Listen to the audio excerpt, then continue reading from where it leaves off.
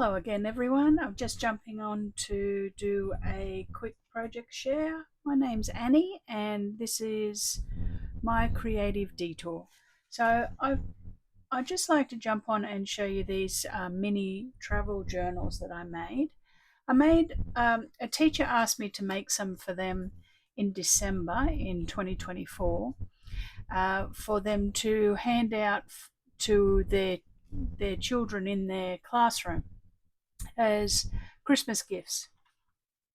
So I ended up making about 20, and these are five. The class had around about 15 girls in it. Oh, sorry, 14 girls and 15 boys in it. So I made 14 or 15 of them, and these are what are left. I made them out of a couple of different paper packs. I made them out of some paper, from pebbles. I have just random sheets from different pebble collections, and I just picked sheets that I thought that the girls would like. They are 11 and 12 years of age, so I just picked colours that or patterns that I thought that they might like. You can see that I've got quite a lot here. I got these for 20 cents a sheet from Spotlight when they were clearing them out. So I made some out of that. I also made some out of the DCWV Pocket Full of Flowers collection, and it's got some foiling. This collection's almost finished because of how many I made. I think I've only got 8 sheets left in that, and it had 36. So I managed to get through quite a bit of this one.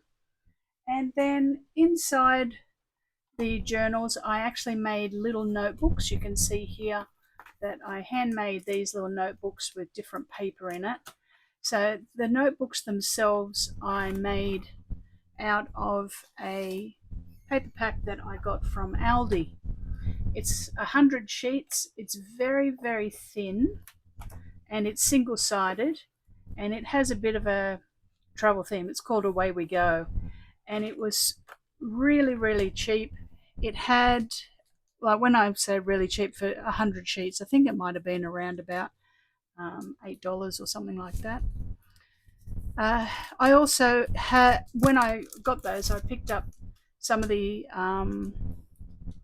chipboard stickers. I also picked up some of the ephemera, and I picked up a little sticker book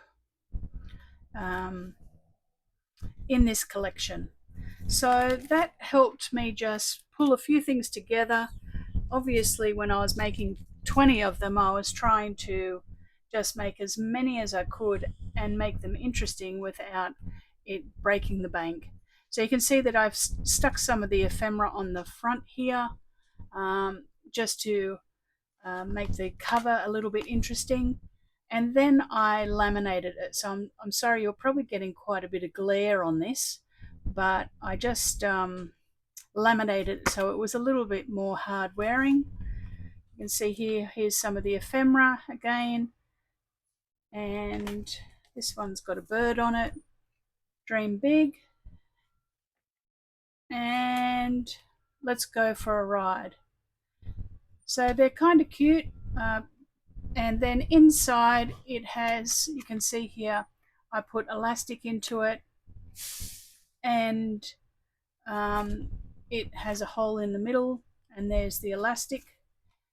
And then I made this little notebook. I think that it's got around about 20 pages. It's got a mixture of copy paper, lined paper.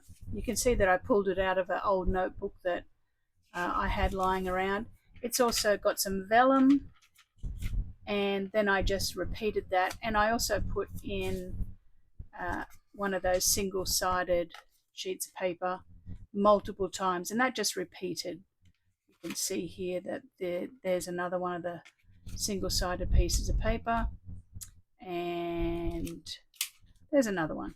So it's got 20 pages. Then at the back here, I made a little folder, and you can see that I made it so that it had some rigidity to it and would wear reasonably well. I folded over all of the edges, and then I just, out of the scraps, I made a little bookmark that I then laminated, and it matches one of the other collections. I mixed them all up, and then out of all of the scraps I just made some little photo mounts or some little journaling spots. So they're very cute, and yeah, I'll just quickly go through the different ones. So that was that one. This one here has a flower one. You can see that it then has the same notebook and then a folder in the back with a bookmark. And I just put on a little bit of seam binding onto the top of the bookmarks. So very quick and easy to make. I think I churned out the 20 of them in about maybe 2 days, having a few breaks in between. So this one, once again, bookmark with some single-sided paper in it, and then the folder at the back with a bookmark.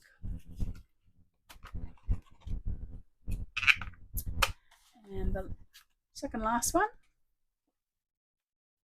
book range of different papers in it, and same again.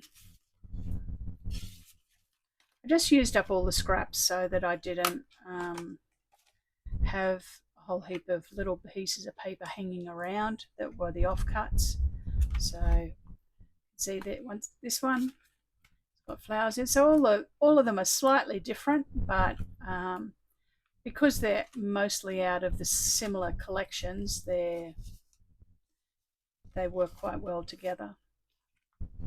I used the double-sided paper. The reason I didn't use the single-sided paper to make the little folder at the back is I wanted a really good heavyweight double-sided paper or cardstock, so that it was quite rigid, and then when I bound it in with the elastic, it wouldn't tear.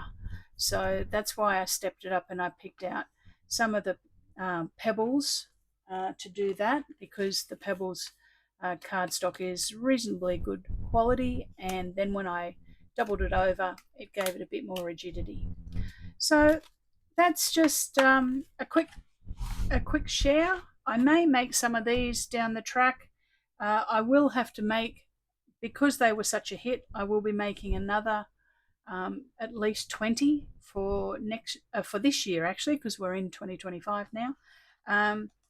I'll be making them for the same teacher for this year for the end of the year. So I might actually get onto it mid-year and make a few, and I'll do a video, a tutorial of how I made them. But lots of people on YouTube, they make them, and they're really easy to make, and I'm sure that you'd be able to find somebody that made them. All right, thank you very much for watching. I appreciate your time.